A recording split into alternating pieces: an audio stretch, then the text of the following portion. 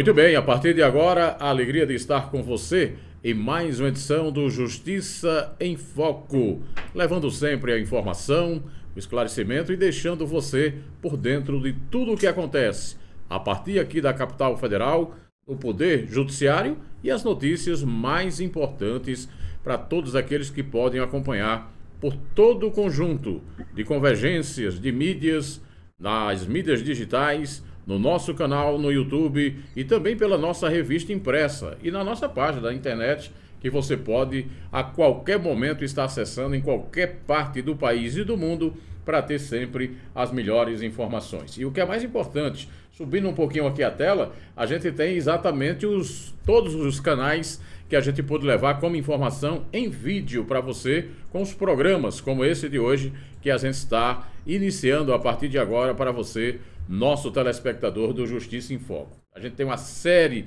de entrevistas com temas especializados, envolvendo sempre temas atuais, buscando levar a você a melhor informação. E também a nossa revista impressa, né, que você pode mensalmente acompanhar os destaques e as informações. E no nosso programa de hoje, a gente tem a alegria de chamar para conversar ele, que é um especialista formado em processamento de dados, homem também formado em publicidade, é um marqueteiro e com mestrado em busca exatamente de um tema que é sensacional, que é a questão da gestão. Ele que recentemente lançou, inclusive, Brasil Digital, nas entrelinhas da polarização política. É uma análise perfeita de Big Data, feita desde 2017 até 2024. Estou falando do professor publicitário Alec Maracajá, com quem a gente vai ter o prazer de conversar. A partir de agora já está na tela conosco. Primeiro que tudo, uma alegria, o nosso muito obrigado em nome do Justiça em Foco de estar conosco neste momento, Alec. Napoleão, muito feliz em estar com você, estar com todos da Justiça em Foco. Eu acho que é um momento de a gente poder compartilhar e explicar um pouco sobre digital, de polarização, de vida moderna, hiperconectividade das pessoas, né?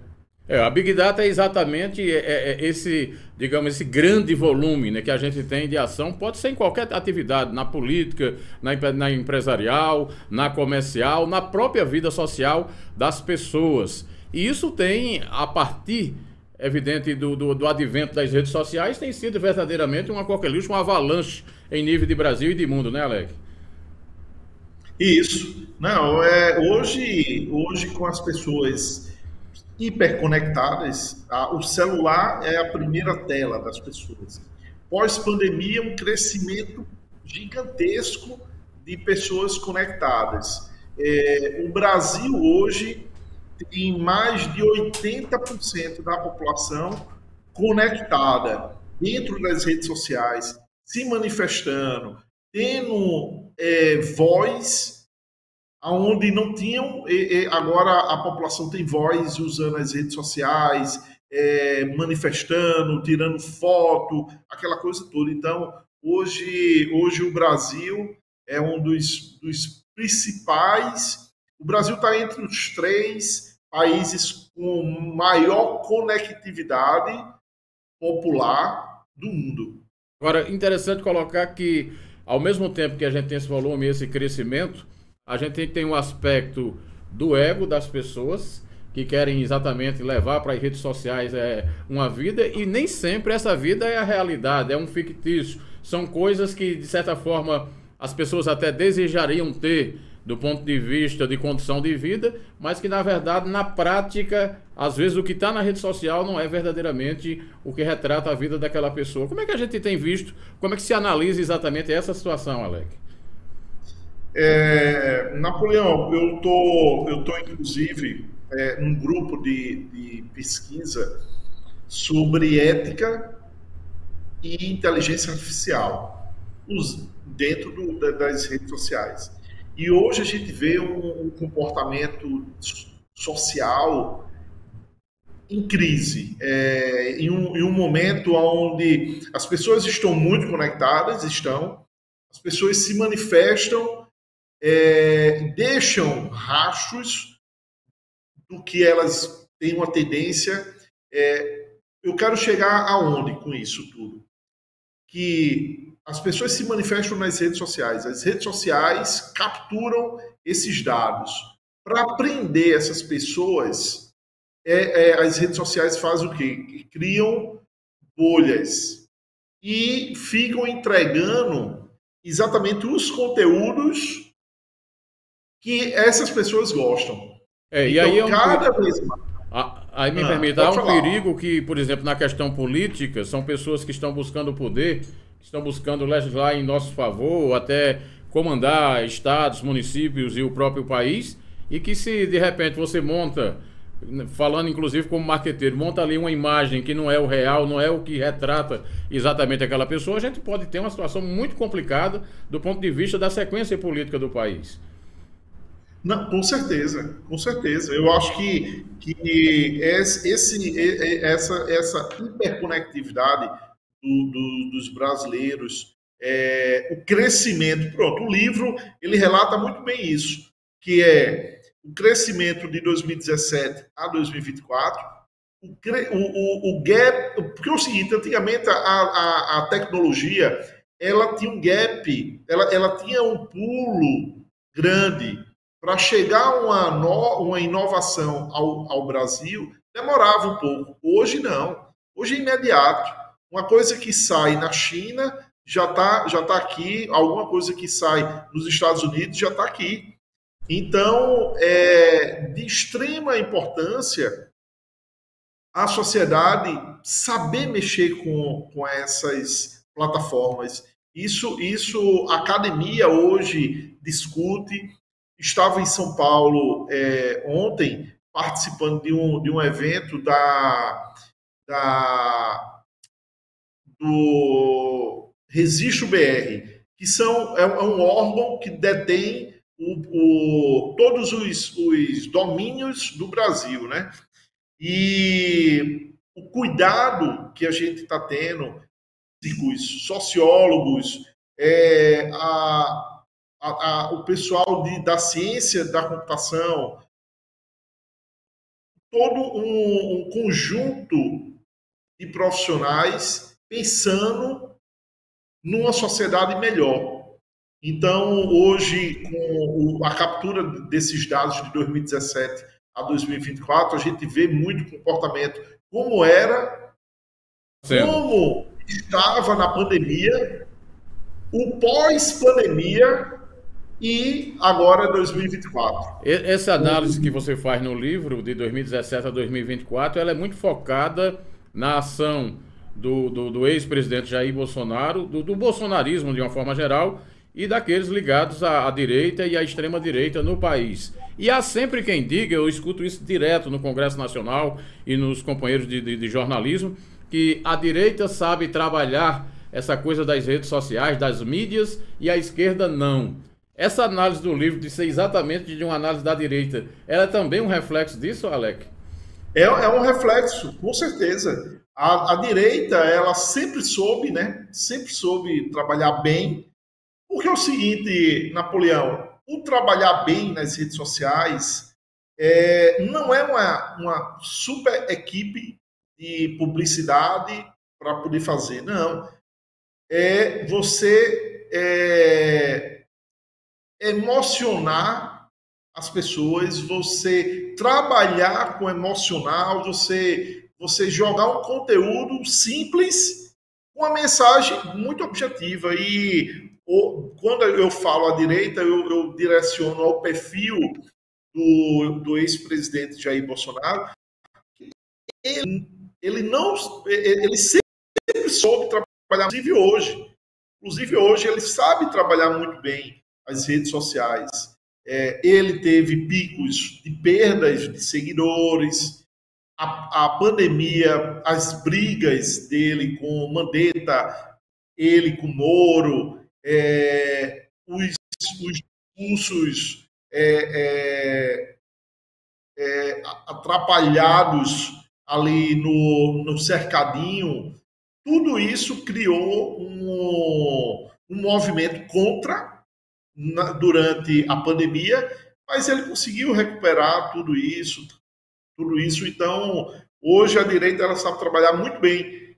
Em contrapartida, a gente tem a esquerda que vem sofrendo muito, né? A gente fez alguns estudos recentes e mostra exatamente isso. Agora, E o... Alec, a situação também é interessante porque, de repente, como se diz na linguagem hoje digital, lacrar, você de repente pode ter uma ação, pode ter uma foto, pode ter um vídeo, pode ter uma mensagem que dá milhões de acessos. Mas também, dependendo do conteúdo e da forma que você atua em determinados temas, você pode ter uma queda de seguidores absurda. Isso tudo em questão de minutos, segundos. Como é que, como publicitário, inclusive, você vê essa questão? É exatamente isso, Napoleão. Você falou a coisa mais certa, mais certa. No mundo digital, não adianta você ter milhões de seguidores. Você pode, qualquer tipo de ação, você pode perder esses seguidores. E o mundo digital, ele é muito parecido com você olha para o céu, eita, tem muitas nuvens. E daqui a 5 minutos, o sol abre. Pronto. É o mundo da Big Data, é o mundo dos dados, é o mundo do imediatismo da população hiperconectada. Agora está dessa forma. Daqui a 5 minutos pode estar totalmente diferente. Então, os gestores, o Bolsonaro, o Lula, enfim, a turma que tem um poder de uma população, tem um engajamento, são líderes de pessoas que estão de olho exatamente nisso. Porque muda muito, muda muito. Agora, como é que você analisa exatamente? Atrapalhar muito. Como é que você analisa exatamente a condição, por exemplo? Eu vi agora nas últimas semanas, naquela questão da cirurgia de Bolsonaro, ele usando foto da cirurgia, fotos inclusive chocantes, imagens chocantes. Isso o objetivo é exatamente esse, é o chamado objetivo de lacrar, de ter um alto impulso de pessoas acessando aquele conteúdo naquele momento, Alec? Pois Napoleão, sobre essa história da foto de Bolsonaro, né? Bolsonaro usou, ele sempre usou como uma estratégia de engajamento, relembrar a facada, né? Aquele momento do atentado que ele recebeu. Aquilo ali, ele teve um engajamento fortíssimo. Mas foi uma foto como? Eu até estava dando uma olhada essa semana. A foto era ele coberto, com camisa, em cima de uma cama. Isso já foi um impacto. Naquela época, 2020, 2019, por ali. Aquilo ali já foi um impacto, porque você em cima de uma cama, você tirar uma foto, então já mexe muito. E em todas as crises que Bolsonaro teve, ele sempre usou fotos em cima da cama. Mas dessa vez agora foi algo inacreditável, né? Porque assim ele usou, de fato, ficou sem camisa, mostrando sonda, mostrando curativos. Então aquilo ali foi muito apelativo para as redes, mas ele chegou ao que ele queria. Engajamento, o reconhecimento, a lembrança do atentado. Então, assim, como a gente tinha falado no início do programa, você engajar, ter um engajamento, não precisa de altas produções, você precisa saber falar com a população. Então, agora, em relação a essa questão do engajamento, e não só na questão política, mas em qualquer atividade, na área social, na área econômica, e até no nosso meio, no meio jornalístico, a gente tem hoje um tema que é preocupante, e você inclusive faz um trabalho brilhante aí junto à Universidade Federal da Paraíba, que é o combate à desinformação. Como é que você vê hoje, como especialista, esse tema que é gravíssimo do ponto de vista de esclarecimento da sociedade, Alec? Não, o combate à desinformação é algo crucial, não só no Brasil, como no mundo. No mundo. O nosso laboratório de combate à fake news, a Lumia, que é da UFPB, é um projeto inovador, onde a gente faz o quê? A gente está criando robôs para consultar os canais de comunicação para ver o que é que está vindo de notícia, se tem alguma ameaça de alguma notícia que seja duvidosa. Se está duvidosa, ela entra dentro de uma lista para ser avaliado por humano. Rapaz, vamos ver se isso é fato mesmo ou é um fake. Então, a gente está já com um avanço muito grande, sabe, Napoleão, com isso. Perfeito. E hoje a gente tem um grande problema, são os algoritmos das plataformas, que aceleram muito o poder da fake news. Então, isso é preocupante. Perfeitamente. Eu venho de uma geração, você está um pouquinho atrás em termos de idade, mas também conhece, que a gente tinha os chamados coronéis da política. Você tinha um Sarney, tinha um Antônio Carlos Magalhães e outras figuras, e eles tinham um pedigree, e dali saía filho, neto, bisneto, que davam uma sequência política. Hoje em dia isso está deixando de existir, e de repente surge um Nicolas da vida, com alguns cliques, e em meses ele vira exatamente um fenômeno, que pode até também desaparecer rapidamente. Como marqueteiro, um homem que mexe exatamente com campanhas políticas, e isso é uma coisa que veio para ficar, um momento sem volta, essa questão dos novos líderes a partir da questão digital, Alec? Não, sem sombra de dúvida, sem sombra de dúvida. Você falou agora sobre o Nicolas. O Nicolas sem sombra de dúvida, hoje o maior líder no digital. Tirando o Bolsonaro, o Nicolas entra com muita força, com muita determinação. Ele sabe falar, ele fala com o que o povo quer escutar. Ele todo o lado da direita, como ele também atinge o lado da esquerda e o neutro. Hoje o Brasil, Napoleão, ele está dividido como? De linhas, de forma geral, 20% da direita, 20% da esquerda. Eu estou jogando um número bem, arredondando tudo. 60% são pessoas neutras que estão de saco cheio com a política. Isso o livro mostra. Essa análise que a gente faz de 2017 a 2024 mostra exatamente o comportamento das pessoas. O comportamento das pessoas estão de saco cheio de tanta informação, tanto fake news, tanta coisa, que, 60% eu quero ficar distante disso. Eu quero ficar distante por causa da polarização, eu quero ficar distante porque a polarização fez eu brigar com meu irmão, eu brigar com o meu primo, isso. A polarização está sendo ruim para a sociedade. Então, e a polarização, ela é alimentada pelas plataformas.